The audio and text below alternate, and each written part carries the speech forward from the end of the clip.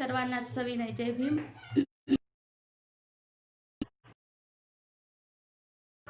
शांतीचा मार्ग दाखवणारे महामानव तथागत भगवान बुद्ध, विश्ववंदनीय विश्वरत्न परमपूज्य डॉक्टर बाबासाहेब आंबेडकर,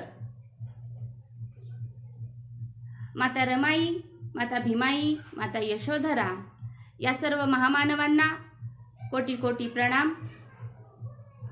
अज्ञानाच्या अंधकारातून ज्ञानाचा प्रकाश दाखवणारे राष्ट्रपिता ज्योतिबा फुले, राष्ट्रमाता सावित्रीबाई फुले, छत्रपती शिवाजी महाराज, छत्रपती शाहू महाराज या अखिल मानवाच्या हितासाठी त्याग दिलं, योगदान दिलं त्या सर्व संत महापुरुषांनाही कोटी कोटी प्रणाम। भारतीय बौद्ध महासभेचे द्वितीय अध्यक्ष सूर्यपुत्र भैयासाहेब आंबेडकर यांच्या कार्याला या सर्वांनाच सप्रेम जय भीम, त्रिवार वंदन। भारतीय बौद्ध महासभेच्या विद्यमान अध्यक्षा महाउपासिका मीराताई आंबेडकर, राष्ट्रीय सल्लागार श्रद्धेय प्रकाशजी आंबेडकर, त्याचबरोबर राष्ट्रीय कार्याध्यक्ष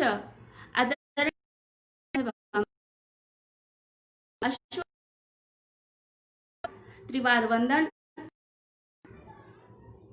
त्याचबरोबर वर्षावास प्रवचन मालिका 2020 शाखा लातूरच्या वतीनं प्रवचन मालिका चालू आहे। त्या निमित्ताने सर्व बौद्ध उपासक उपासिका सप्रेम जय भीम।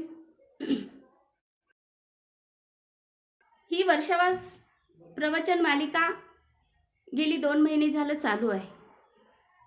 आतापर्यंत शाखेच्या वतीनं जे काही विषयाची सूची दिली आहे त्या नियमाप्रमाणे अनेक प्रवचनकारांनी आपापल्या मते प्रवचन दिलेली आहे, आपले विचार व्यक्त करून धम्म समजावण्याचा प्रयत्न केलेला आहे। अशी माननीय रेखाताई, आदरणीय दुशांत जी कटारे सर, त्याचबरोबर किनगाव शाखेचे अध्यक्ष ऐशमान श्रीमदजी कांबळे सर, जिल्हा संघटक ऐशमान सीएमजी कांबळे सर यांनी सुद्धा प्रवचन दिलेली आहेत। त्याचबरोबर अशोकजी शिंदे सर यांनी सुद्धा प्रवचन दिलेली आहेत। त्याचप्रमाणे मी सुद्धा एक विषय घेऊन तुमच्या समोर आलेली होते आणि आज एक नवीन विषय घेऊन तुमच्या समोर माझे विचार मांडणे। मी ऐशमानांनी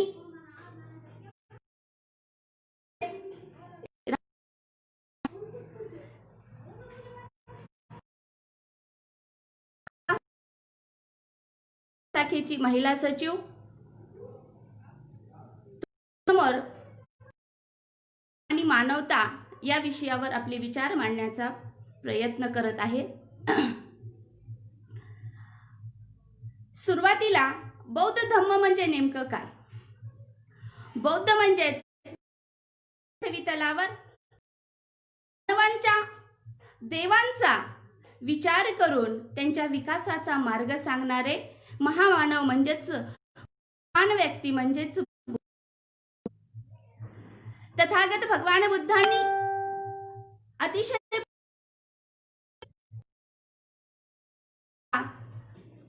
जो मार्ग तुम्हाला तो मार्ग म्हणजे असलेली मानवता आहे।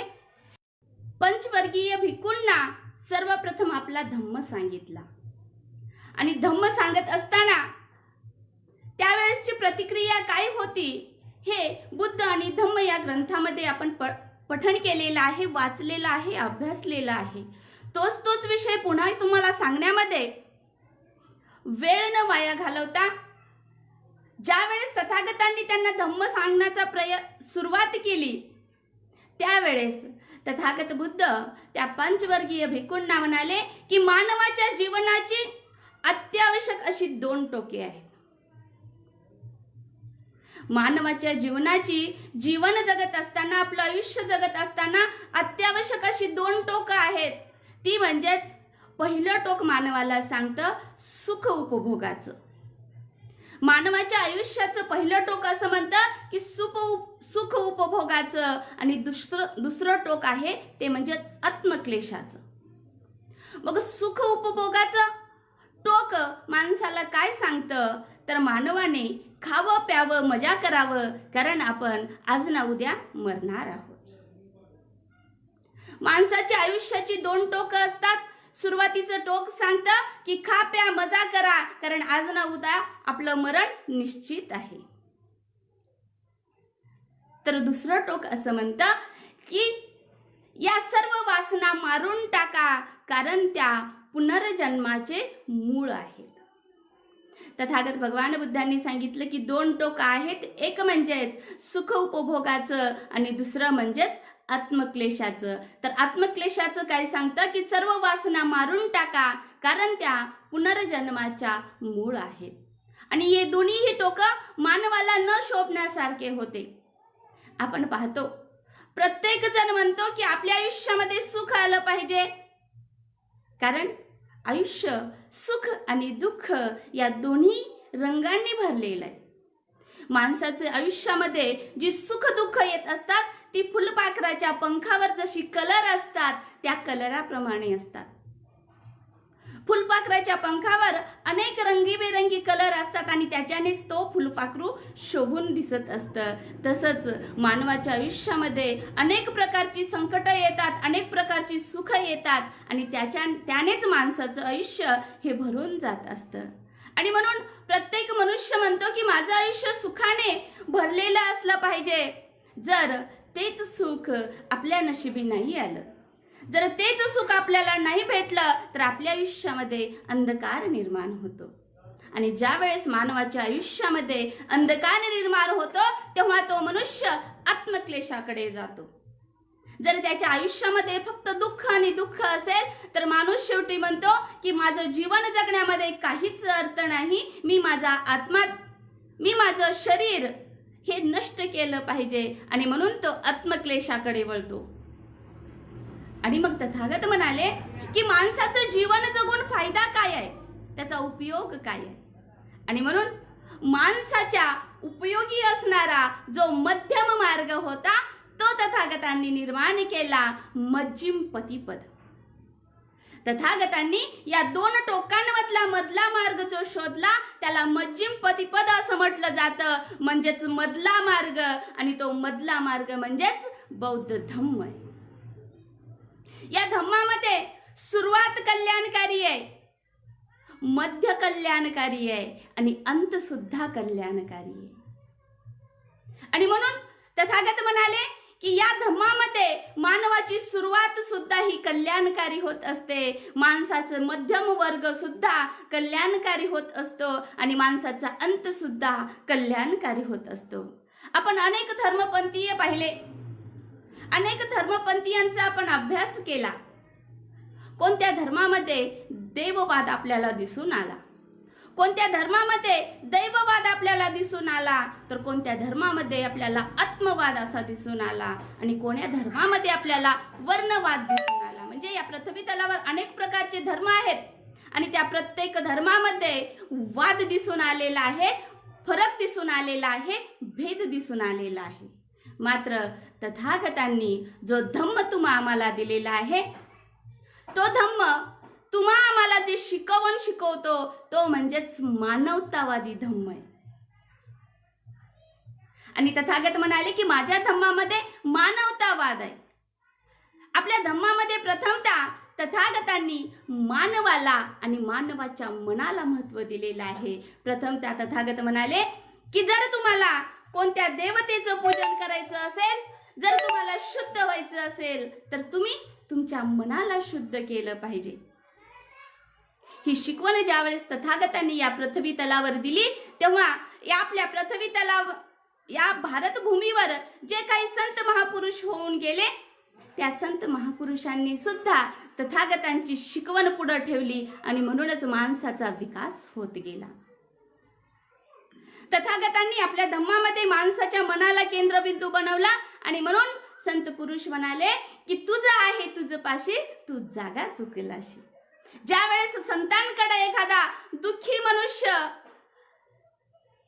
येतो आणि म्हणतो की मला कल्याणकारी मार्ग दाखवा, तेव्हा संतांनी सुद्धा आपल्या कीर्तनातून, आपल्या भजनामधून, आपल्या प्रवचनामधून एकच सांगण्याचा प्रयत्न केला की तुझं आहे तुझं पाशी, तू जागा चुकलाशी. म्हणजेच तुलाच करायचंय आणि तुलाच भरायचंय. ज्या वेळेस तू तुझे हातपाय बुद्धाचा धम्म हा विज्ञानावर आधारलेला आहे.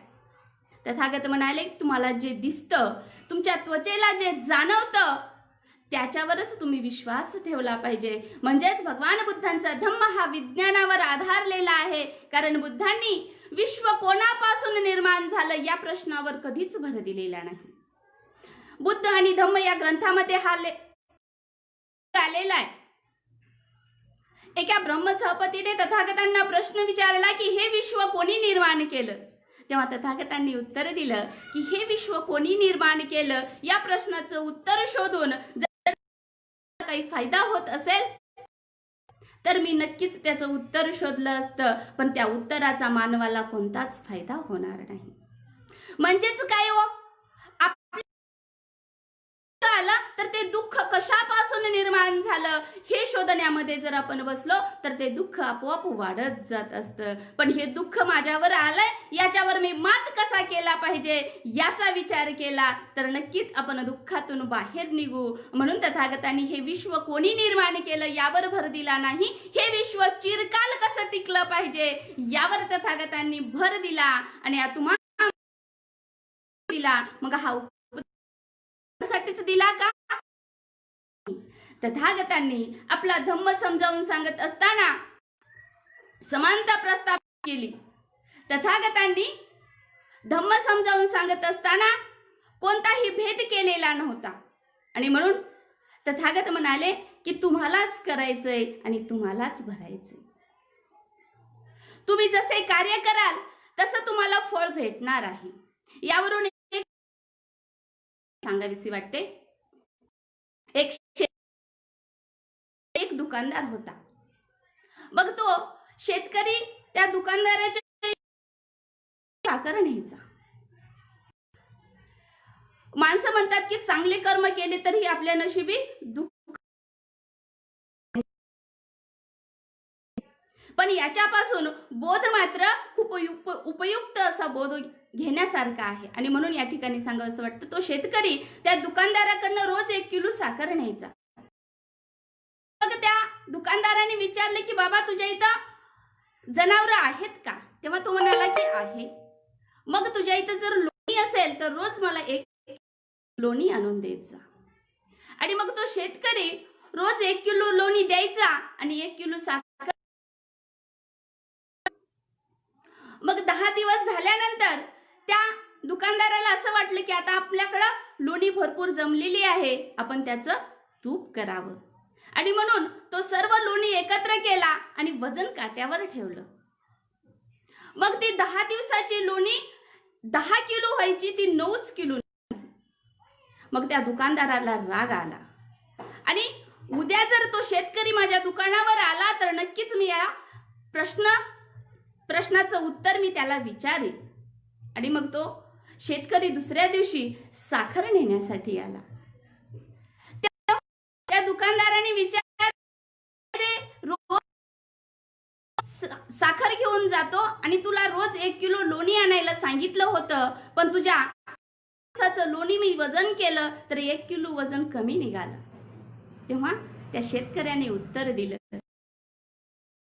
शेठजी मी तुमच्या दुकानातून जी 1 किलो साखर नेतो, माझ्याकडे तर काही वजन काटा नाही. जी 1 किलो साखर नेतो त्याचंच पासन 1 किलो लोणी आणून देतो. म्हणजेच दुकानदार रोज त्याची 1 साखर किलो मागे कमी देत होता आणि म्हणून त्याच्या ती लोणी 1 छटा कमी आलेली आहे. दुकानदार पश्चातापात पडला. आणि म्हणाला की आपण जर तर त्या खड्ड्यामध्ये आपण स्वतः जात असतो. आणि म्हणून तथागत सुद्धा म्हणाले की दुसऱ्यांच्या विचार तुम्ही चांगले आणि जर तुम्ही दुसऱ्यांसाठी वागाल तर नक्की सुद्धा याचा माणसाला करता धरता कोण असेल तर तुम्ही स्वतः आहात. तथागत म्हणाले मी फक्त मार्गदाता आहे, मी मोक्षदाता नाहीये आणि म्हणून तुम्हाला फक्त मार्ग दाखवणारा आहे. मग धम्म हा समतेवर आधारलेला आहे. तथागतांनी ग्रहत्याग करण्या अगोदर या पृथ्वी तलावर चातुर्वर्ण व्यवस्था होती. तथागतांना ज्ञानप्राप्ती अगोदर या पृथ्वी तलावर चातुर्वर्ण व्यवस्था होती, म्हणजेच ब्राह्मण, वैश्य, क्षत्रिय आणि शूद्र. आज आपल्या पृथ्वी तलावर जातीय व्यवस्था आहे, त्यावेळेस वर्ण व्यवस्था होती. आणि मग शूद्रांनी फक्त,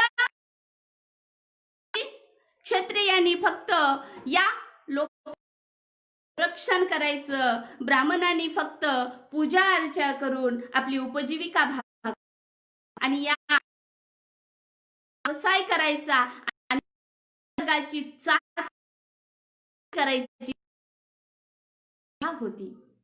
आणि त्या तथागत लहान होते तेव्हा सुद्धा तथागतांनी त्यांचे कष्ट पाहिले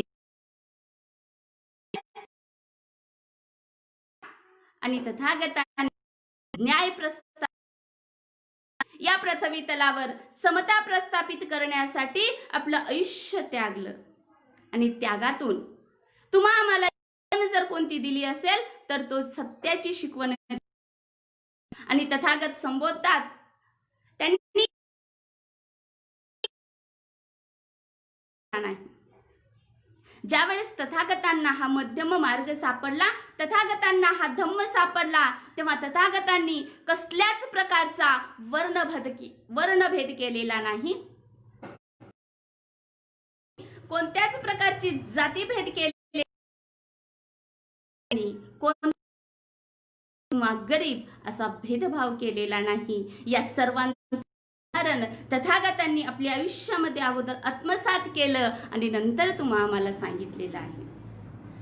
भगवान बुद्ध आणि त्यांचा धम्म या ग्रंथामध्ये हा त्यांच्या आयुष्यातील प्रत्येक प्रसंग आलेला आहे.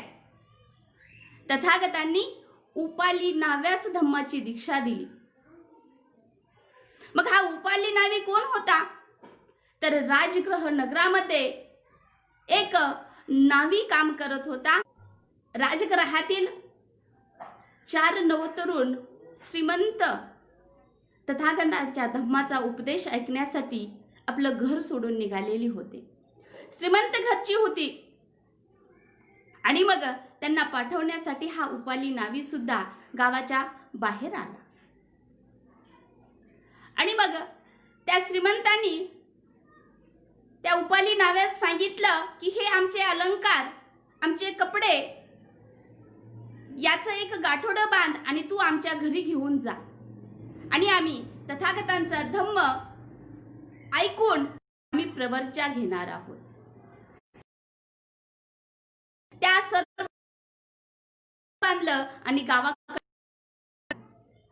गावाकडे परत निघाल्यानंतर त्याला वाटेमध्ये विचार आला की हे सर्व त्यांचे दागिने आपण जर घेऊन गावाकडे गेलो तर ते शाक्यांचे आई वडील, त्या तरुण मुलांचे आई वडील म्हणतील की आमच्या मुलाचं काहीतरी याने बरं वाईट केलं आणि त्याचे अलंकार घेऊन हा परत आलेला आहे. आणि मग त्यांनी विचार केला की हे अलंकार आपण एका झाडावर टांगून ठेवूया, ज्याला कुणाला भेटतील तो त्याचा लखलाभ असेल.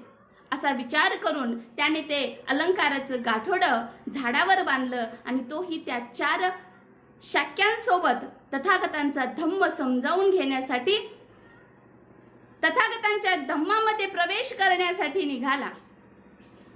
तेव्हा त्याच्या 4 मित्रांनी तथागतांना विनंती केली.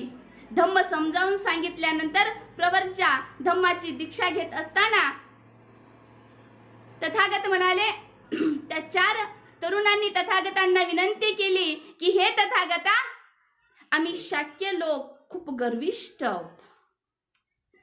तथागता, आम्ही शाक्य लोक खूप गर्विष्ठ आहोत आणि त्यासाठी हा उपाली नावी आमची खूप वर्षांपासून सेवा करतो आहे आणि तुम्ही अगोदर त्या उपाली नाव्यास धम्माची दीक्षा द्या, जेणेकरून तो आम्ही त्याला वंदन करू.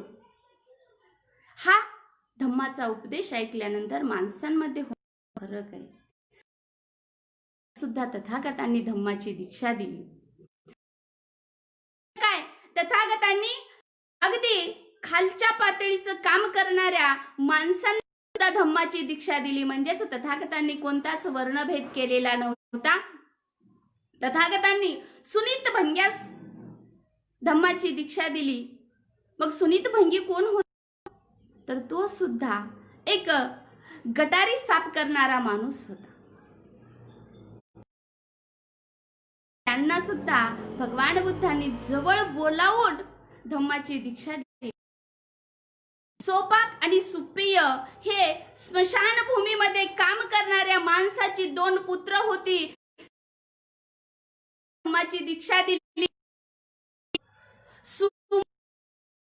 श्रावस्तीतील एक शेतकरी, त्याला सुद्धा धम्माची दीक्षा दिली का? तथागतांनी राजपुत्र यशला सुद्धा धम्माची दीक्षा दिली. तथागतांनी राजा बिंबिसाराला सुद्धा तथागतांनी धम्माची दीक्षा दिली. सारीपुत्त आणि मोगलायन हे सुद्धा चांगले मित्र होते. त्यांना सुद्धा भगवान बुद्धांनी धम्माची दीक्षा दिली. अनाथपिंडक नावाचा एक प्रधान होता, त्याला सुद्धा भगवान बुद्धांनी धम्माची दीक्षा दिली. प्रसेनजित नावाचा एक राजा होता कोसलचा, त्यांना सुद्धा भगवान बुद्धांनी धम्माची दीक्षा दिली. ज्यावेळेस तथागतांनी यांना धम्माची दीक्षा दिली तेव्हा तथागतांवर आरोप केला गेला की हा काहीतरी भूल थापा मारून हा धम्म आपला वाढवत आहे. तेव्हा तथागत म्हणाले, मी तुम्हाला कोणत्याच प्रकारचं आमिष दाखवत नाही. तथागत काय म्हणाले, मी फक्त तुम्हाला धम्म सांगतो, तुम्ही आचरण करा. जर तुम्हाला आवडलं तर ते लक्षात घ्या, जर आवडत नसेल तर याच्याही पुढे तथागतांनी स्त्री पुरुष समानता या पृथ्वी तलावर केली. म्हणजेच भगवान बुद्धांनी महाप्रजापती गौतमी, माता यशोधरा, चंडालिका, विशाखा, आम्रपाली या सर्व भगिनींना सुद्धा धम्माची दीक्षा दिली. आपण पाहतो काही धर्मामध्ये आजही स्त्रियांना मंदिरात जाण्याची परवानगी नाही, म्हणजेच त्या ठिकाणी वर्णभेद आला. आपण पाहतो इतर जातीच्यांना त्या मंदिरात जाण्यासाठी परवानगी नाही, पण तथागतांनी इतर जातीचे सुद्धा या, अगदी कनिष्ठ जातीचे या, श्रीमंत या, कोणीही या आणि माझा धम्म तुम्ही ऐका. आणि जर तुम्हाला धम्म चांगला वाटेल तर तुम्ही धम्मानुसार आचरण करू शकता. इतकंच नाही तर तथागतांना असं वाटलं की माझा धम्म ऐकून जर एखादा गुंडा सुद्धा सुधरत असेल तर मी त्याला सुद्धा धम्माची दीक्षा देईन. आणि हे त्यांनी आपल्या आयुष्यामध्ये सत्यात उतरून दाखवलं. ते म्हणजेच अंगोलीबाल नावाचा एक डाकू होता आणि तो माणसाचे अंगठे कापून आपल्या गळ्यामध्ये माळ बनवत होता आणि म्हणून त्याला अंगुलीमाल डाकू असं नाव ठेवलं होतं. त्या डाकूला सुद्धा तथागतांनी सरळ मार्गावर जगण्याचं शिकवलं. तथागतांनी त्यांना धम्माचा मार्ग शिकवला आणि तो अरहंत पदाला पोहोचला. याही पुढे जाऊन तथागतांनी उडान टप्पूला सुद्धा तथागतांच्या धम्माची दीक्षा दिली. यातून आपल्याला एवढंच लक्षात येतं की तथागतांनी या पृथ्वी तलावर समता प्रस्थापित केलेली आहे, तथागतांनी मैत्री प्रस्थापित केलेली आहे आणि मानवतावादी धम्माची पाऊल याही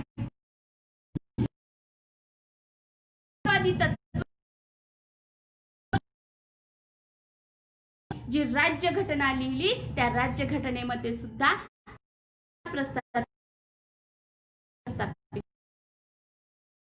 राज्य घटनेवर हा देश चालतो आहे आणि तो देश चालतो आहे. म्हणूनच या देशाचे पंतप्रधान सुद्धा झाले. या देशात प्रत्येक मोठ्या खुर्चीवर बसण्याचा अधिकार स्त्रियांना भेटला. मग ही सर्व देण जर कोणाची असेल तर डॉक्टर बाबासाहेब आंबेडकरांची. अगदी गरीबातल्या गरीब माणसाला सुद्धा मतदानाचा अधिकार दिला. म्हणजेच तो 5 वर्षातून एकदा तरी श्रीमंत लोकांना दान करत असतो. ते म्हणजेच मताचं दान करत असतो. म्हणजेच त्या भिकाऱ्याला सुद्धा मतदान देण्याचा अधिकार डॉक्टर बाबासाहेब आंबेडकरांनी दिलेला आहे. आणि म्हणूनच हे धम्माचं तत्वज्ञान होतं. हे धम्माचं तत्वज्ञान होतं. आणि याही पुढे जाऊन आपल्याला सांगावंसं वाटेल, बुद्धांना एक श्रमण येऊन भेटला. म्हणजेच बौद्धांनी तथागतांनी या पृथ्वी तलावर समता प्रस्थापित केली हे मान्य करण्यात आलं. यानंतर एक श्रमण तथागतांना येऊन भेटला आणि तथागतांना प्रश्न विचारला की तुम्ही मानवता शिकवता. मग मानवता शिकवत असताना एखादा मनुष्य जर तुमच्याकडे आला तर त्याला तुम्ही पहिला पाठ कोणता देता? आपण अंगणवाडीत पाठवल्यानंतर अगोदर आपल्या लेकराला आई बाबा म्हणायचं पहिला पाठ देतात. पुन्हा अ आ इ ई 1 2. मग तसंच त्या श्रमणाने तथागतांना प्रश्न विचारला की तथागता तुमच्याकडे जर एखादा मानव आला तर तुम्ही त्याला पहिला पाठ कोणता देता? तेव्हा तथागत भगवान बुद्ध म्हणाले की त्याला मी पहिला पाठ हा मानवतावादी तत्व प्रणाली शिकवतो. मग त्या श्रमणाने प्रश्न विचारला की तुमचं मानवतावादी तत्व प्रणाली कोणती आहे? तेव्हा तथागत म्हणाले मानवाला सुखी करणे हेच बुद्धाच्या धम्माचं पहिलं उद्दिष्ट आहे. तथागतांनी सांगितलं की हे श्रमणा, मानवाला सुखी करणं हेच भगवान बुद्धाच्या धम्माचं उद्दिष्ट आहे. आणि म्हणून त्याला मी 5 प्रकारचे शील देत असतो जो अकुशल कर्मापासून तो दूर राहिला पाहिजे. तथागतांनी अगोदर याला वंदन जा, नंतर तुला धम्माचा उपदेश दिला जाईल असं म्हटलं नाही. तथागत म्हणाले तू माझ्याकडे आलास तर तुझं मन अगोदर स्थिर कर. तू तुझ्या मनाची पूजा कर आणि तू मनावर हात ठेवून म्हणजेच तुझ्या आयुष्यातील सर्व सुख सर्व दुःख दूर पळून जाते. मग ती 5 शील म्हणजेच बौद्ध धर्माच्या नीती नियमानुसार प्रत्येक कार्यक्रमाची आणि प्रत्येक संस्काराची सुरुवात ही पंचशील त्रिशरणाने होत असते.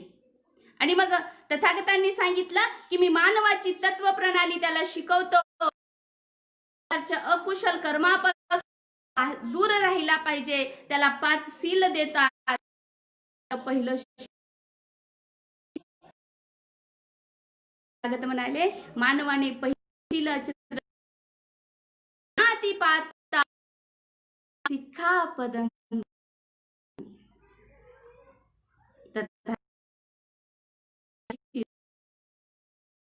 वेरमणी सिक्खापदं समादियामि.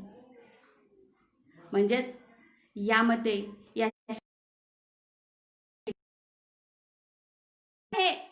मनुष्य जीव हिंसेपासून दूर राहिला पाहिजे. खून, मारामारी, हत्या, झगडा यापासून मनुष्य दूर राहिला पाहिजे. मग या सर्व गोष्टी केल्या तर माणूस काय होईल? सर्व प्राणी मात्रावर प्रेम करेल आणि मैत्री भावनेने वागेल. हे बुद्धाचे खरी मानवता निर्माण झाली. तथागतांनी हे शील सांगत असताना कोणत्याही जातीभेदाचा उल्लेख केलेला नाहीये. तथागत म्हणाले की हे प्रत्येक मानवाने केलंच पाहिजे. मग कोणत्याही मानवाने जर हे शील पालन केलं तर त्याच्या नशिबी फक्त मैत्री येते, फक्त सुख येतं, फक्त प्रेम निर्माण होत असतं. त्यानंतर तथागतांनी दुसरं शील दिलं, अदिन्न दाना वेरमणी सिक्खापदं समादियामि. हे शील पालनामध्ये एक दुसऱ्यांच्या सुखदुःखामध्ये सहभागी व्हावं ही तथागतांनी शिकवण दिलेली आहे. तथागतांनी दुसरं शील दिलं, यामध्ये सांगितलेलं आहे की माणसाने एक दुसऱ्यांच्या सुखामध्ये सहभागी व्हावं, दुसऱ्याचे धन कधीच चोरून घेऊ नये. बघा, दुसरं शील पालन करत असताना तथागत म्हणाले की दुसऱ्यांचं धन कधीही चोरून घेऊ नये, कारण ते धन त्या माणसाने कष्टाने कमवलेलं असतं आणि त्या कष्टाने कमवलेल्या धनावर फक्त कष्ट करणाऱ्याचाच अधिकार असतो. आणि म्हणून ते धन लुटणं म्हणजेच पाप कर्म आहे, म्हणजेच चोरी कधीच करू नका. तथागतांनी हे दुसऱ्या शीलामध्ये सांगितलं. आणि हे शील सांगत असताना तथागतांनी कोणताच भेदभाव केलेला नव्हता. तथागतांनी कसल्याच प्रकारचं वर्तन फक्त याच माणसांनी केलं पाहिजे असं म्हटलेलं नाही. तथागतांनी तुम्हा आम्हाला धर्म दिलेला नाहीये, तर तो धम्म दिलेला आहे. आणि म्हणून तथागतांनी सांगितलं की चोरी करू नका, जेणेकरून आपापसामध्ये प्रेम भावना वाढेल. यानंतर तथागतांनी तिसरं शील दिलं, ते म्हणजेच कामे सुमिच्छाचारा वेरमणी सिक्खापदं समादियामि. तथागतांनी तिसरं शील सांगत असताना म्हणाले, हे शील सांगण्यामध्ये बुद्धांचा हेतू काय होता, तर मानव कामवासनेपासून दूर राहिला पाहिजे. माणूस कामवासनेपासून दूर राहिला पाहिजे. बलात्कार, अत्याचार यामुळे एक दुसऱ्यांचे आयुष्य, जीवन उद्ध्वस्त होत असते. आणि ज्यावेळेस जीवन उद्ध्वस्त होते त्यावेळेस माणसाची बदनामी होते, वैर भावना निर्माण होते. आणि ते वैर भावना निर्माण झाल्यानंतर भांडणं होतात, पोलीस केस होते. यामुळे मानव दुःखी होतो. कामी सुमिच्छाचारा वेरमणे सिक्खापदं समादियामि या माग सांगण्याचा उद्देश तथागतांचा होता की माणसांमध्ये वैर निर्माण नाही झालं पाहिजे. मग वैर निर्माण कधी होतं, तर त्याच्या कामभोगापासून वैर निर्माण होत असतं. आणि म्हणून तथागत म्हणाले, जर तुमच्या समोर एखादी स्त्री आली तर ती भगिनी समान, मातेस समान माना. म्हणजेच अत्याचार निर्माण होणार नाही, बलात्काराचे केसेस निर्माण होणार नाहीत. आणि म्हणून या पाप कर्मापासून मानव दूर राहावा, नीतीचे पालन करावे, कुशल कर्म करावे, हा सुद्धा तथागतांचा मानवतावाद होता. या पृथ्वी तलावर जीवन जगत असताना कितीही चांगलं वाटलं, कितीही चांगलं वागलं, कितीही चांगलं आचरण केलं, तर त्यांच्यावर टीका ही होतच असते. मग एक टीका झाली म्हणून तर आपण चांगलं आचरण करणं सोडून हे चुकीचं आहे. तथागत तितके पवित्र होते तरीही तथागतांवर आरोप केला गेला. भगवान बुद्ध आणि धम्म या ग्रंथामध्ये चिंचा नावाची एक सुंदर भगिनी होती आणि तिचा तथागतांसोबत अफेअर मांडण्याचा प्रयत्न केला. त्यांच्या चारित्र्यावर सिंतोडे उडवण्याचा प्रयत्न केला. सुंदरी नावाची सुद्धा एक महिला होती, तिने सुद्धा तथागतांच्या चारित्र्यावर शिंतोडे उडवण्याचा प्रयत्न केला. आणि त्याचा शेवट कसा झाला हा त्या ग्रंथामध्ये. सुंदरी नावाची एक महिला होती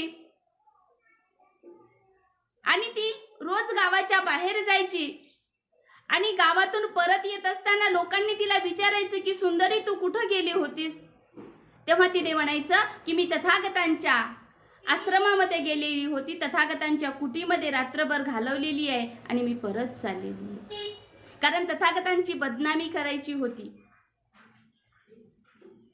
म्हणजे चांगल्या माणसाची बदनामी ही करण्याचा प्रयत्न करत असतात, विरोधक असतात. पण त्या विरोधकावर आपण वैर्याने मात न करता प्रेमाने आणि शांतीने मात केला पाहिजे, ही शिकवण तथागतांनी त्यांच्या प्रसंगातून दिलेली आहे. ज्यावेळेस त्या सुंदरी नावाच्या महिलेला लोकांनी विचारलं की तू रात्रभर कुठं होतीस, तेव्हा ती उत्तर द्यायची की मी तथागतांच्या कुटीमध्ये रात्रभर घालवलेली आहे. मग काही दिवस लोटल्यानंतर तिने चिंध्याचं गाठोडं आपल्या पोटावर बांधलं आणि म्हणाली की मला तथागतांपासून दिवस गेलेले आहेत. लोकांमध्ये कुजबूज सुरू झाली आणि एके दिवशी तथागत आपला धम्म सांगण्यासाठी गर्दी जमलेली होती. जमाव जमलेला होता आणि त्या लोकांच्या गर्दीमध्ये बसून तथागत आपला धम्म समजावून सांगत असताना ती स्त्री सुंदरी नावाची महिला त्या ठिकाणी आली आणि म्हणाली की हे प्रिय तमा, मला पासून दिवस गेलेले आहेत, माझ्या प्रसूतीची काही तुम्ही व्यवस्था केलेली आहे का? लोकांमध्ये चर्चा सुरू झाली, लोकांमध्ये कुजबूज सुरू झाली. तथागतांनी त्यावर काहीच प्रतिक्रिया दिली नाही. तथागत अगदी स्तब्ध होते. पुन्हा ती सुंदरी नावाची महिला म्हणाली की हे प्रियतमा, हे महामानवा, तुम्ही ऐकलेलं नाहीत का? मला तुमच्यापासून दिवस, तुमचा मूल माझ्या गर्भामध्ये वाढत आहे आणि माझ्या प्रसूतीची तुम्ही काही तयारी केलेली आहे का? जर तुमच्याने करणं होत नसेल तर तुमच्याकडे भरपूर अनुयायी आहेत, त्यांना तुम्ही सांगा आणि माझ्या प्रसूतीचं काहीतरी बघना. तेव्हा तथागतांनी अगदी शांत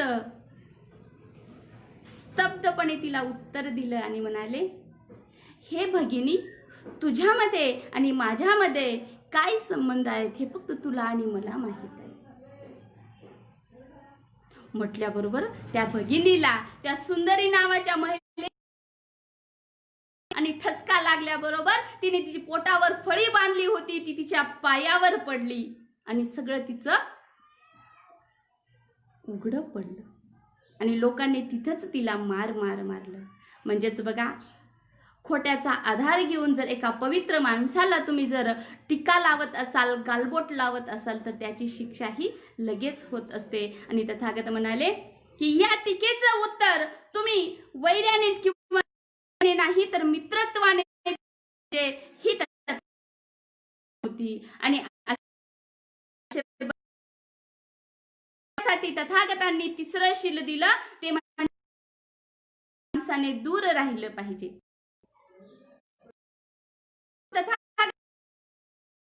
ते म्हणाले की रमणी सिक्खा मध्ये तथागतांनी सांगितलं की खोटे बोलण्यापासून माणसाने अलिप्त राहिलं पाहिजे. कोणाचीही निंदा करू नये, कोणाचीही चाडी करू नये. माणसाने नेहमी सत्य बोलावं, माणसाने नेहमी मृदू बोलावं, माणसाने नेहमी गोड बोलावं. गोड बोलण्याचा परिणाम हा आपल्या आयुष्यावर खूप चांगला होत असतो. एक व्यापारी आहे, तो पाहिजे त्या भावामध्ये विकत असतो आणि आपला व्यापार चालवत असतो. पण एखाद्या वस्तूची किंमत जर त्याला डबल विचारली की तो त्याला राग यायचा आणि मग राग आल्यानंतर तो फसकन ग्राहकाला बोलल्यानंतर त्याच्याकडे ग्राहक जातच नाही. आणि म्हणून तथागत म्हणाले, आपला जीवन, आपला उदरनिर्वाह करण्यासाठी माणसांची वाचा ही चांगली असली पाहिजे, हे तथागतांचं म्हणणं होतं. आणि हेच तोंड आपल्याला चार चौघात बसवत असतं आणि हेच आपलं तोंड चार चौघातून उठवत असतं. आणि म्हणून तथागतांनी हे चौथं शील तुम्हा आम्हाला दिलेलं आहे.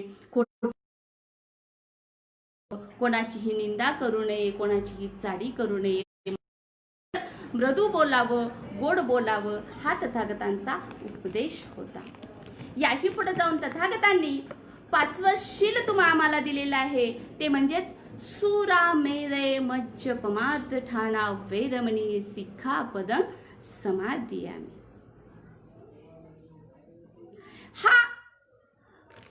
हे शील देण्यामाग तथागतांचा काय उद्देश असावा? तथागत म्हणतात की सुरा मेरे मज्ज पमार्थ ठाणा वैरमणी सिक्खापदं समादियामि. म्हणजेच काय तर मादक द्रव्याच्या सेवनापासून अलिप्त राहणे हे प्रत्येक माणसाचं कर्तव्य आहे. जर या शीलाचे उल्लंघन केले प्रत्येक मानवाने, तथागतांनी केवळ विशिष्ट एका जातीला हे शील दिलेलं नाही. वर्षावास प्रवचन मालिका राबवण्याचा उद्देश इतकाच आहे. तथागतांनी अखिल मानवतेच्या कल्याणाचा विचार केला आणि त्यांनी धम्म दिला. मग हेच धम्म आपण उघडून त्यांना सांगितलं पाहिजे की तथागतांनी विशिष्ट एका जातीपुरता धम्म दिलेला नाहीये, तर अखिल मानवासाठी तथागतांनी हा धम्म दिलेला आहे. आणि म्हणून तथागत म्हणाले की जर या शिलाचं उल्लंघन प्रत्येक माणसाने केलं तर माणसाची शारीरिक हानी होते. त्याने दारू पिलं, कोणत्याही व्यसनेच्या अधीन जर तो माणूस गेला तर त्याची मानसिक, आर्थिक आणि शारीरिक हानी होत असते. आणि त्याच व्यसनामुळे माणसाच्या संसारामध्ये दारिद्र्य निर्माण होतं. आणि संसारामध्ये जर दारिद्र्य निर्माण झालं तर त्याची शारीरिक हानी होते. म्हणजेच त्याला टीबी सारखे आजार निर्माण होतात, कॅन्सर सारखे आजार निर्माण होतात, लिव्हर खराब होतं. होत असेल तर तो त्याच्या आयुष्यावर होत, त्याच आयुष्य उद्ध्वस्त नाही करत तर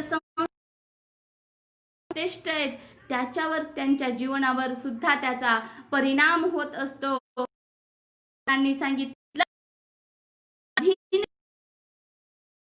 पदार्थांच्या सेवनापासून दूर राहा, कारण शरीर कमजोर होतं आणि परिणामी होतं. माणूस उठून सर्व कष्टात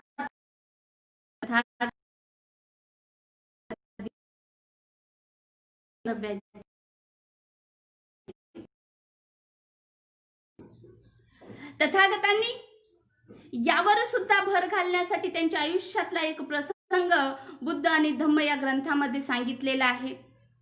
दोन व्यापारी असतात, दोघांनीही खूप दारू पिलेली असते. ते रस्त्याने जात असतात. मग जाता जाता गप्पा मारण्यामध्ये रात्र होते, त्यांना चालत त्यांच्या गावात जायचं होतं. मग रात्र झाल्यानंतर खूप पिली होती आणि नदीवर होता. आणि मग तो जास्त पिलेला व्यापारी रस्त्यातच आडवा गवतामध्ये पडला. आणि मग तो पडल्यानंतर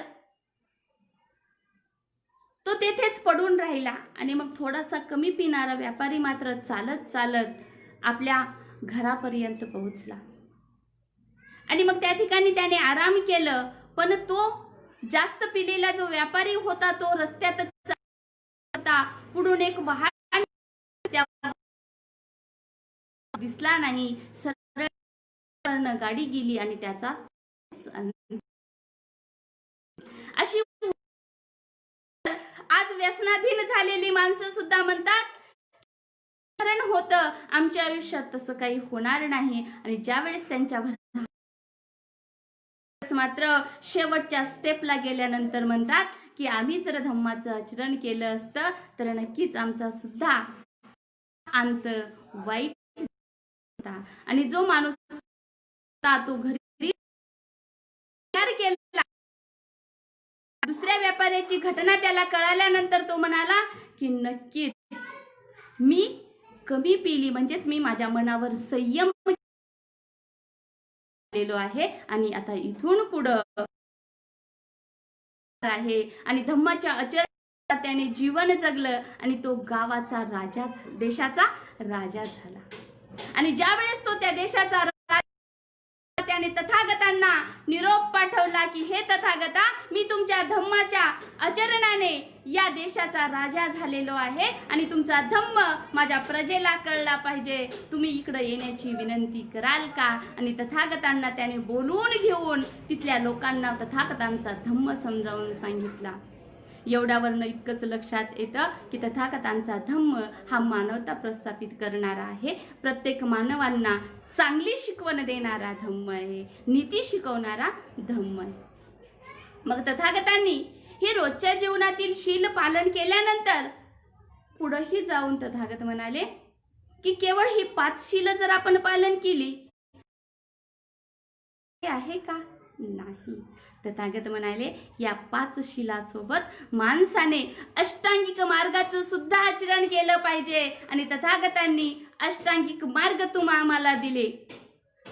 मग ते अष्टांगिक मार्ग सांगत असताना केवळ आपल्या धर्मापुरते किंवा मोजक्याच लोकांपुरते मर्यादित ठेवले का? नाही. एक झाड लावलेलं असतं आणि त्या झाडाला भरपूर फळं लागतात. मग त्या झाडाचा वाढवा करणारा माणूस एकच असतो. मग ते झाड म्हणतं की माझे फळं फक्त ज्याने माझी सेवा केली त्यानेच खाल्लं पाहिजे? नाही. ते झाड म्हणतं की कुणीही यावं आणि माझे फळं चाखावं, त्याचा स्वाद घ्यावा. तसंच तथागतांचा धम्म एक मानवाने यावं, आचरण करावा आणि आपलं जीवन सुखी आणि समाधानी करावं. आणि म्हणून तथागतांनी सम्यक वाचा अष्टांगिक मार्ग आम्हाला दिले. त्यामध्ये पहिला अष्टांगिक मार्ग आहे सम्यक वाचा. माणसाने आपलं पाहिजे सम्यक दृष्टी. माणसानं आपला पाहण्याचा दृष्टिकोन हा चांगलाच ठेवला पाहिजे.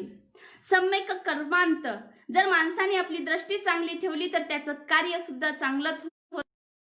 सम्यक स्मृती. जर माणसाचं कार्य चांगलं असेल तर त्याचं व्यक्तिमत्व हे आपोआप उठून येत असतं, म्हणजेच चांगलं असतं. सम्यक व्यायाम माणसाने केला पाहिजे. सम्यक समाधी म्हणजेच आपलं मन शुद्ध करण्यासाठी समाधी धारणा केली पाहिजे. सम्यक आजीविका माणसाने केली पाहिजे.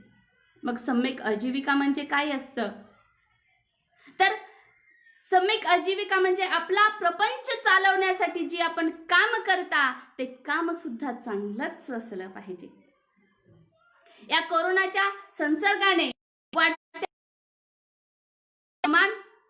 लक्षात अशा परिस्थितीमध्ये बुद्धांनी सांगितलेला अष्टांगिक मार्गाचा म्हणजेच सम्यक आजीविकेचा उपयोग चांगला. हे जग डिजिटल झालेलं आहे. कोणतीही वस्तू आपल्या समोर उपस्थित होत असते. असं माणसांना वाटतं सुरुवात आपण श्रीमंत होण्यासाठी किंवा लवकर श्रीमंत होण्यासाठी मनुष्य वाटेल त्या मार्गाला जात असतो आणि मग त्याचा अपयश, त्याचं आयुष्य कोणत्या हे आम्ही पाहिलेलं आहे. आणि म्हणून तथागतांनी सांगितलं सम्यक आजीविकेचा आम्ही केला पाहिजे जेणेकरून माणसाचा विकास होईल. मग सम्यक आजीविका करत असताना काय केलं पाहिजे की आपल्या व्यवसायाचा त्रास दुसऱ्यांना नाही झाला पाहिजे. आपल्या सोबत त्या माणसांचा सुद्धा विकास झाला पाहिजे. जगामध्ये मैत्री भावना कायमपणे अविरत ठेवली पाहिजे. हा तथागतांचा उपदेश होता. आपण आपला जीवन चरितार्थ चालवण्याचे मार्ग चांगले निवडले. जीवन चरितार्थ चालवत असताना काही मार्ग वाईट असतात तर काही मार्ग चांगले असतात. व्यवसाय करण्यासाठी अनेक मार्ग आम्हाला खुले आहेत. मग दारू विकण्याचा धंदा आहे, चरस विकण्याचा धंदा आहे, विषाचा व्यवसाय आहे, धारदार वस्तूंचा व्यवसाय आहे. मग यापासून इतर माणसांना धोका होत असतो. मग दुसऱ्या माणसांना धोका देऊन आपण चांगलं आयुष्य जगू शकतो का? आपण आपल्या आयुष्यात भावना निर्माण करू शकणार नाही. आणि म्हणून तथागतांनी सांगितलं की आपला चरितार्थ चालवण्यासाठी व्यवसाय जरूर करावा, पण योग्य मार्गाने पैसा कमवावा आणि तो पैसा कमवलेला चिरकाळ टिकवण्याचा प्रयत्न केला पाहिजे. 1 महिना आपला व्यवसाय फुल चालला, बाहेरचे दुकानं बंद असल्यानंतर छोटी छोटी दुकानं फुल चालली, मग त्याचा व्यवसाय जास्त झाला, मग त्याच्याकडे आर्थिक संपत्ती जास्त आली, मग ती संपत्ती जास्त काळ टिकवण्याचा प्रयत्न सुद्धा केला पाहिजे. केवळ मी या महिन्यामध्ये माझं इतकं उत्पन्न झालंय आणि 2 महिने आपण बसून खाल्लं तरी चालेल असा विचार करता कामा नये. हा तथागतांचा उपदेश होता. जीवन जगत असताना संगत सुद्धा महत्वाची असते. आपण उपजीविका चांगली केली, व्यवसाय चांगला करतोय म्हणजेच तथागतांच्या पंचशिलेचं अष्टांगिक मार्गाचा अवलंब करतोय. मग हेच करत असताना आम्हाला संगत सुद्धा चांगली असली पाहिजे. आपण व्यवसाय करतोय, आपली आर्थिक संपत्ती चांगली जमलीये, की आयुष्यामध्ये सुद्धा दुःख येत असतं जर आपल्याला संगत चांगली नसेल तर. आणि म्हणून संगत सुद्धा महत्वाची असते. आणि म्हणून तथागत भगवान बुद्धांनी महामंगल सूत्रामध्ये आम्हाला एक गाथेमधनं सांगितलेलं आहे. तथागत म्हणतात, असे वानाच बालानंग पंडिताच सेवना पूजाच पूजनीयानंग एतंग मंगलम उत्तम. तथागत भगवान बुद्धांनी महामंगल सूत्रामध्ये सांगितलं, सज्जनाची संगत करावी, मूर्खाची संगत करू नका. संगत करावी, मूर्खाची संगत करू नका. चोर, मवाली, खुनी माणसाची संगत करू नका. आळशी आणि दुर्गुणी माणसाची सुद्धा संगत करू नका. याने मानव दुर्गुणी बनतो, याने मानव गुंड बनतो. तर मानवाने सद्गुणी माणसाची, सद्वर्तनी माणसाने वागलं पाहिजे. वाईट वर्तनापासून दूर राहावे. हा विचार मानवाच्या कल्याणाचा आहे, मानवाच्या सुखाचा आहे. आणि अखिल मानवतावाद देणारा हा धम्म, ही गाथा तथागत भगवान बुद्धांनी तुमच्यासाठी दिलेला आहे. याही नंतर तथागतांनी संस्कार सांगितलेले आहेत. सांगितले त्यामध्ये सिग्गाल सुतामध्ये तथागत म्हणतात की माणसाने 6 दिशांची पूजा केली पाहिजे. आणि 6 दिशांची पूजा करत असताना पहिली पूर्व दिशा तथागतांनी सांगितलं ते म्हणजेच पूर्व दिशा आपले आई वडील असतात. करता मुलांचे करता धरता जर कोण असतील तर ते त्याचे माता. तथागत भगवान सूत्रामध्ये एक गाथा म्हटलेली आहे. ती म्हणतात, माता ठाण पुद्दारस संग हो अनाकुलाच कमंतानं एतंग मंगलम उत्तम. महामंगल सूत्रामध्ये तथागत भगवान बुद्ध असं म्हणतात की माता पितांची सेवा करावी, हीच खरी मानव सेवा आहे.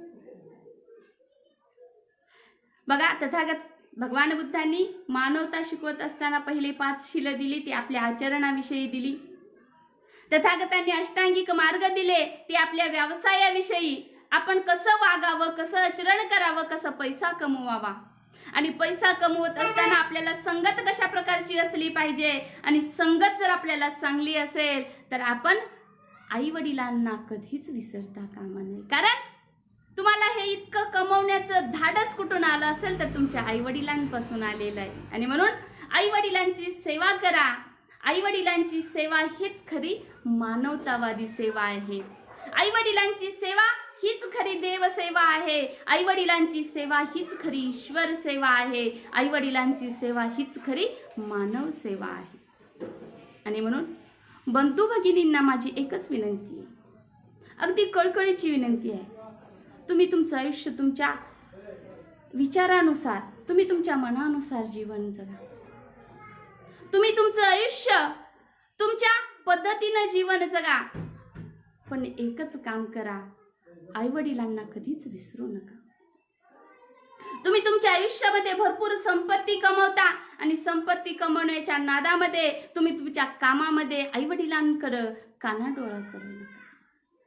म्हटलं जातं की आम्हाला कामावर जावं लागतं, आई वडिलांची काळजी करण्यासाठी कोणीच नाही, आई वडिलांची सेवा करण्यासाठी घरामध्ये रिकामं कोणीच नसतं.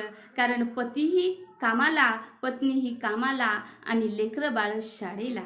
मग आई वडिलांकडे बघायचं पुन्हा.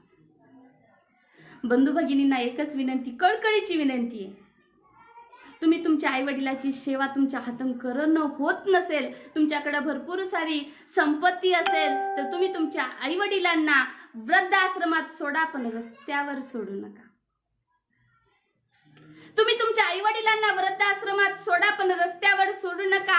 आणि वृद्धाश्रमात सोडल्यानंतर तुमचं काम संपलं असा विचार करू नका. आई वडिलांना वृद्धाश्रमामध्ये भेटण्यासाठी 8 दिवसाला तरी एकदा जा. जरी तुम्हाला 8 दिवसाला वेळ भेटला नसेल तर महिन्यातून एकदा तरी आई वडिलांना भेटण्यासाठी जा. आणि आई वडिलांना भेटण्यासाठी गेल्यानंतर तिथं फक्त 4 अश्रू त्यांच्या समोर ढाळा. जर तुमच्या डोळ्यामध्ये अश्रू येत नसतील तर सोबत एक विक्सची डब्बी घेऊन जा, विक्स डोळ्याला लावा, मात्र आई वडिलांसमोर 4 अश्रू ढाळा. कारण आणि अश्रू ढाळत असताना फक्त 2च वाक्य म्हणा की आई बाबा तुम्ही कसे आहात, तुमची तब्येत चांगली आहे का, तुमची आम्हाला गरज आहे, जर माझं काम कमी झालं की मी तुम्हाला नक्की घरी घेऊन जाईन. एवढेच 2च वाक्य तुमच्या आई वडिलांसाठी जाऊन म्हणा. आई वडील सर्व दुःख सर्व यातना विसरून जातील. कारण आई वडिलांनी तुमच्यासाठी कष्ट केलेलं असतं. बांधवांनो, आई वडिलांना कधीच विसरू नका. आई वडील म्हणत असतात की जर आपण जवानपणी काम केलं तर म्हातारपणी आपल्याला आपली मुलं सांभाळणार असतात. आणि सांभाळ करण्यासाठी केवळ भावनेची सुद्धा तितकीच गरज असते. आणि आई वडिलांसमोर जाऊन इतकंच वाक्य म्हणा की बाबा तुम्ही कसे आहात, तुम्ही बरे आहात का, माझं काम संपल्यानंतर मी नक्कीच घरी घेऊन जाईन. त्या आई वडिलांकडं जर काही वर्ष शिल्लक असतील तर तेच वर्ष तुमच्या या 2च गोष्टीमुळे अगदी समाधानाने आणि आनंदाने जीवन जगतील. म्हणतील की अरे खरंच माझ्या मुलाला माझी गरज आहे, माझी जाणीव आहे. आणि म्हणून तथागतांनी सांगितलं की आई वडील खुश होतील पण भावनांशी आई वडिलांच्या कधीच खेळू नका. तथागत शेवटी म्हणाले की तुम्ही ज्या आई वडिलांची सेवा कराल तेथेच मी प्रकट होईल.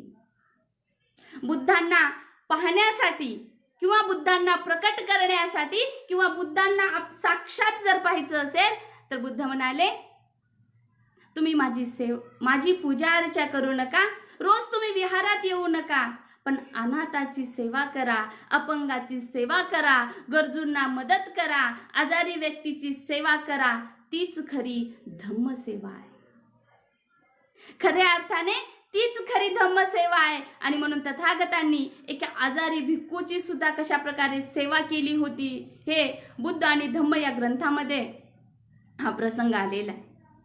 तथागतांनी अगदी आजारी भिक्खू होता पण त्याच्याकडे नव्हतं. तथागत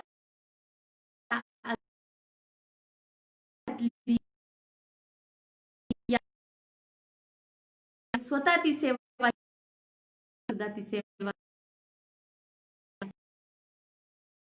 राहावे यासाठी तथागतांनी धम्म पालन गाथा दिलेली आहे. तीही मानवांसाठीच दिलेली आहे. आणि हे तुमचं आमचं. कारण हे शिक्षण घेण्याची मुभा आपल्याला डॉक्टर बाबासाहेब आंबेडकरांनी दिलेली आहे. हे शिक्षण घ्यावं आणि खरी मानवता या पृथ्वी तलावर प्रस्थापित करावी हे संत महापुरुषांचं स्वप्न होतं. आणि ते स्वप्न पूर्ण करण्याची जबाबदारी आज तुमची माझी आहे. आणि म्हणून तथागत भगवान बुद्धांनी धम्मपालन गाथेमध्ये म्हणतात की अरे हा मानव खूप चांगले कर्म करतोय, मग खचून जाऊ नये, त्याला प्रोत्साहन दिलं पाहिजे. आणि म्हणून तथागतांनी धम्मपालन गाथेमध्ये म्हटलेलं आहे सब पापस करणं कुशलस उपसंपदा सचित्त परियोदपणं एतं बुद्धान शासनं. धम्म भगवान बुद्ध म्हणतात कोणतेही पाप कर्म करू नका. आतापर्यंत तुमचं आयुष्य तुम्ही खूप चांगले जगलात आणि याही पुढे कोणतेही पाप कर्म करू नका. कुशल कर्माची वृद्धी करा, स्वचित्ताची शुद्धी करा, हेच बुद्धाचे शासन आहे. जर तुम्हाला धम्म राज्य या पृथ्वी तलावर प्रस्थापित करायचं असेल तर धम्म हा जातीने वाढवू नका तर तुमच्या आचरणाने वाढवा. बुद्धांची शिकवण होती. आज आपण पाहतो प्रत्येक नेता, प्रत्येक कार्यकर्ता, प्रत्येक पदाधिकारी धम्माची आचरण करतो पण जात मात्र दुसरी ठेवतो. मग भगवान बुद्धाचा धम्म लोप पावतोय का? नाही. तथागतांचा उपदेश होता, तथागतांचं स्वप्न होतं की हा जातीने नाही तर आचरणाने वाढला पाहिजे. आणि आपण जर या पृथ्वी तलावर हा भगवान बुद्धांचाच धम्म प्रस्ताव म्हणून तथागतांनी कर्म विरोध केलेला आहे. या विरोधाचा प्रसंग सुद्धा त्या ग्रंथामध्ये आलेला आहे. तुमच्या लक्षात येईल काश्यप बंधू होते जे यज्ञ यागामध्ये अग्रेसर होते. काश्यप बंधू 3 बंधू होते आणि त्यांचे भरपूर अनुयायी होते आणि तिघही यज्ञयाग करण्यामध्ये मग्न होते. आणि मग तथागतांनी त्यांना धम्म समजावून सांगितला, माणुसकी समजावून सांगितली. तुम्ही प्राण्यांची हत्या करता या यज्ञ यागामध्ये, यावरनं तुम्हाला काय निष्पन्न हे समजावून सांगितल्यानंतर त्या काश्यप बंधूंचे सुद्धा डोळे उघडले आणि त्यांनी धम्माची दीक्षा घेतली. आणि धम्माची दीक्षा घेतल्यानंतर त्यांना एका गावामध्ये तथागतांना त्या भिक्खू संघासहित धम्माचा उपदेश देण्यासाठी विनंती केली, बोलवण्यात आलं. आणि मग त्यामध्ये हे काश्यप बंधू दिसले. मग गावातले ब्राह्मण, श्रमण ब्राह्मण आश्चर्यचकित झाले. हे तर यज्ञयाग करणारे होते, कर्मकांड मांडणारे होते, मग यांनी तथागतांचा धम्म कसा काय स्वीकारला? आणि त्या माणसांच्या मनातले प्रश्न तथागतांनी ओळखले आणि तथागतांनी काश्यप बंधूंना सांगितलं की हे बंधू, तुम्ही माझा धम्म कसा स्वीकारला याची जाणीव करून द्या. आणि ते काश्यप बंधू म्हणाले, यज्ञ याग कर्मकांड यापासून मानवाला फक्त तात्पुरते समाधान भेटते. त्या काश्यप बंधूने सांगितलं की मी कर्मकांड यज्ञयाग का सोडलं, तर त्याने फक्त माणसाला तात्पुरतं समाधान भेटतं, दुःख चालूच असतं. पण भगवान बुद्धांचा धम्म इतका सुखदायक आहे की चांगले कर्म करण्यासाठी वेळ कुठे आहे. आणि म्हणून तो म्हणाले की तथागतांचा धम्म इतका पवित्र आहे, तथागतांचा धम्म इतका सुखदायक आहे की माणसाला आयुष्यामध्ये चिरकाळ सुखी ठेवत असतो, आनंदी ठेवत असतो. पण आजच्या परिस्थितीमध्ये आपण म्हणतो की चांगले कर्म करण्यासाठी वेळ कुठे? माणूस स्वार्थी झाला, माणूस संसारिक झाला. संसारामध्ये आपलाच संसार चांगला झाला पाहिजे, आपलाच विकास झाला पाहिजे आणि सगळ्यांच्या पुढं मीच गेलो पाहिजे, म्हणजेच स्वार्थीपणा वाढला. आणि जसं जसं स्वार्थीपणा वाढेल तसं तसं माणसाचं आयुष्य कमी होत जातं, हे सुद्धा लक्षात ठेवलं पाहिजे. आणि म्हणून तथागतांनी प्रज्ञाशील करुणा शिकवणारा हा धम्म तुम्हा आम्हाला दिलेला आहे. यावरून इतकंच लक्षात येतं की धम्म हा बहुजन हिताय, बहुजन सुखाय सांगणारा आहे. मग बहुजन म्हणजेच कोण आहे? तर बहु म्हणजे जास्त, जन म्हणजे लोक. जास्तीत जास्त लोकांचा विकास करणारा मार्ग म्हणजेच भगवान बुद्धांचा धम्म आहे. याचीच शिकवण घेऊन डॉक्टर बाबासाहेब आंबेडकरांनी आपलं आयुष्य त्यागलं, राज्यघटना लिहिली आणि त्यामध्ये प्रत्येकाला स्वातंत्र्य दिलं, समता प्रस्थापित केली, बंधुता प्रस्थापित केली. आणि त्यांनी ही समाजसेवा केली म्हणून त्यांच्या वारसाने म्हणजेच भैया साहेबांनी सुद्धा आपलं आयुष्य समाजासाठी झोकून दिलं. ज्यावेळेस डॉक्टर बाबासाहेब आंबेडकरांनी मजूर पक्ष स्थापन केला, डॉक्टर बाबासाहेब आंबेडकरांच्या आणि भैयासाहेब आंबेडकरांचे आयुष्य म्हणजेच आयुष्य किती चांगलं जगावं आणि समाजसेवा कशा प्रकारची करावी यावरून लक्षात येतं. भेदभाव करायचा नाही आणि भेदभाव केला नाही म्हणूनच आज ते तुमच्या आमच्यामध्ये आजही जिवंत आहेत. तुमच्या आमच्यामध्ये आजही ते जिवंत आहेत. तुम्ही आम्ही त्यांना पाहू शकतो. ज्यावेळेस डॉक्टर बाबासाहेब आंबेडकरांनी मजूर पक्षाची स्थापना केली तेव्हा एका कापड मिलमध्ये गणपत नावाचा कामगार काम करत होता. आणि मग ते काम करत असताना त्याला मार लागलेला होता. आणि मग त्याला मार लागल्यावर कामगारात मिलच्या सुविधा केलेला नाही. आणि याचा उठाव सूर्यपुत्र भैयासाहेब आंबेडकर आणि मुकुंद या दोघांनी केला आणि त्या कामगाराला न्याय मिळवून दिला. हे डॉक्टर बाबासाहेब आंबेडकरांची जी मालिका आहे त्यामध्ये हा प्रसंग आलेला आहे. आणि ज्यावेळेस त्यांनी आवाज उठवला त्यावेळेस डॉक्टर बाबासाहेब आंबेडकरांनी त्यांचा धीर वाढवला. त्यांची काम करण्याची क्षमता वाढवण्यासाठी डॉक्टर बाबासाहेब आंबेडकर यशवंताला म्हणाले की अन्यायाची राजवट किती काळ टिकणार रे यशा. डॉक्टर बाबासाहेब आंबेडकर आपल्या मुलाला म्हणजेच भैयासाहेबांना यशा या नावाने हाक मारत होते आणि म्हणून डॉक्टर बाबासाहेब आंबेडकर म्हणाले, अन्यायाची राजवट किती काळ टिकणार रे यशा. ब्रिटिशाने भारताचे अपरिहित शोषण केलेले आहे.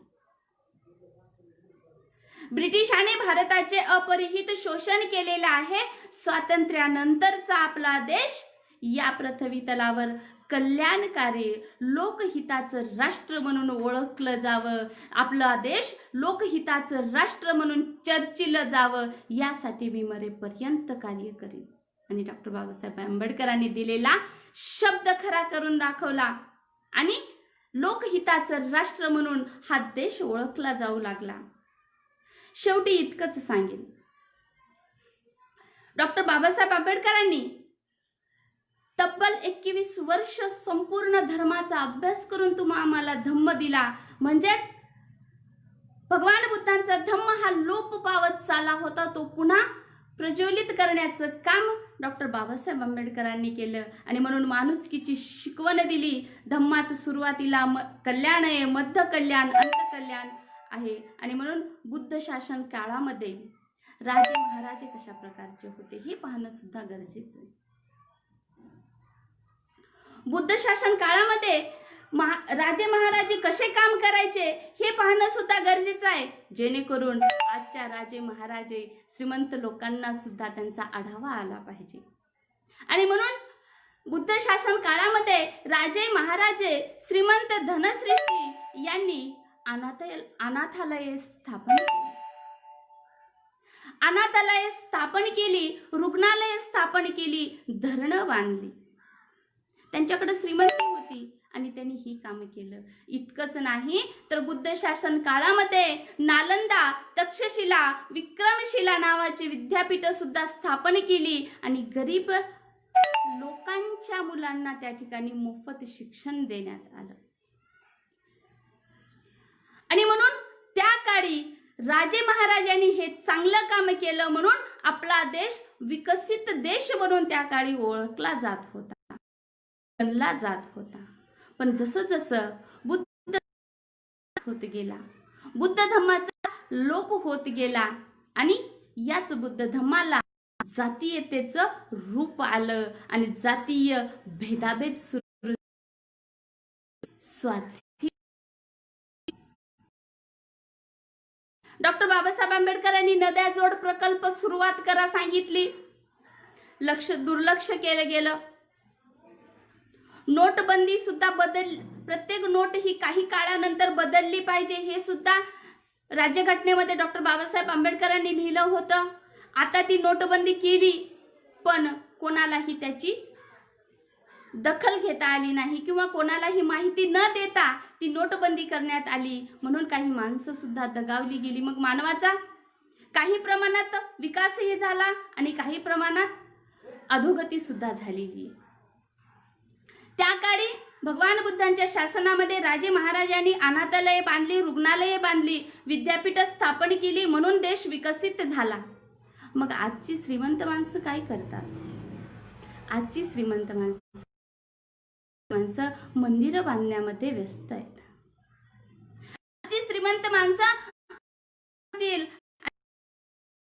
ठेवून संपत्ती कमावलेली आहे ती संपत्ती दानपेटीमध्ये टाकतील, पण तीच संपत्ती गरिबांच्या शिक्षणासाठी घातली, जर तीच संपत्ती रुग्णालय बांधण्यामध्ये घातली, जर तीच संपत्ती जर गरजू लोकांना त्यांची मदत म्हणून दिली, नक्कीच मानवाचा विकास होणार आहे.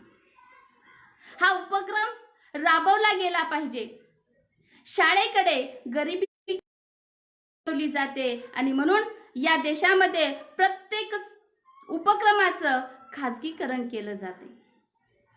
कोणताही सार्वजनिक उपक्रम जर निर्माण झाला तर त्याचं खाजगीकरण केलं जातं, म्हणून तो उपक्रम सक्सेसफुल होत नाही आणि तो उपक्रम सक्सेस होत नाही, म्हणून मानवाचा विकास होत नाही. याच प्रत्येकाचं खाजगीकरण केलं जातं आणि जातीभेदाच्या जाळ्यामध्ये अडकवलं जातं. बंधूंनो, पुन्हा एकदा जातीयता डोकं वर करून पाहते. भगवान बुद्धांनी वर्णव्यवस्था नष्ट केली. त्यानंतर डॉक्टर बाबासाहेब आंबेडकरांनी राज्यघटना लिहिली आणि जातीभेद नष्ट करण्याचा प्रयत्न केला. पण पुन्हा एकदा हा जातीभेदाचं जाळं डोकं वर करून पाहण्याचा प्रयत्न करते आणि हीच जातीयता वर जर आली तर नक्कीच मानवाला काळीमा फासण्याचं काम करते. म्हणून प्रत्येक माणसाने सावध राहिलं पाहिजे. प्रत्येक मानवाने सावध राहिलं पाहिजे. राज्यघटनेत माणुसकी आहे, समानता आहे, ती बदलू पाहतायत आणि तीच बदलू नये यासाठी माणसाने प्रयत्न केला पाहिजे. मी काल परवा व्हॉट्सअपवर वाचलं, सिंहस्तंभाखालील जे सम्राट अशोक वाक्य होतं, सत्यमेव जयते. सम्राट अशोकाचं जे वाक्य होतं, सत्यमेव जयते, ते बदलून यतो धर्मस्ततो जयो असं बदलण्यात आलं. भगवान बुद्धांनी धम्म सांगत असताना म्हणाले की जर या धम्मपालन गाथेमध्ये किंवा या धम्माच्या आचरणामध्ये जर मानवाला जर कोणती अडचण होत असेल तर नक्कीच तो नियम बदलावा. डॉक्टर बाबासाहेब आंबेडकरांनी सुद्धा सांगितलं, जर राज्यघटनेमधले एखादा कलम जर मानवाला धोक्यात येत असेल तर नक्कीच बदलावा. पण या बदलण्याच्या मागचं कारण काय होतं काहीच लक्षात आलेलं नाही. या ब्रीदवाक्य बदलण्याचा प्रयत्न काय होता, याचा विचार काय होता, काहीच लक्षात आलेलं नाही. आणि मग अशा घटना होत आहेत. बंधूंनो, सावध राहा. देश अधोगतीला जात आहे. देश अधोगतीला जात आहे आणि म्हणून प्रत्येक मानवाने धम्म जाणा. आपल्यासोबत इतरांचा विकास नक्कीच करा. धम्मामध्ये जर तुम्ही तुमचा विकास केलात, इतरांचं सुख साधलं तर नक्कीच समाधान लाभेल. पुनश्च एकदा धम्म उपदेशाने सर्वांचे मंगल हो, कल्याण हो हीच कामना व्यक्त करते. आणि याच भगवान बुद्धाच्या धम्माने मानवता शिकवली आणि याच मानवतेच्या योगाने हे विश्व चिरकाल टिकलं पाहिजे, याचाच आम्ही विचार केला पाहिजे. जाता जाता माझ्यावर जे काही चांगले संस्कार माझ्या मातापित्याने घडवले, सर्वप्रथम माझे मातापिता आयुष्यमानेनी गंगाबाई लक्ष्मणजी वाघमारे यांचे मी सतशः ऋणी राहीन.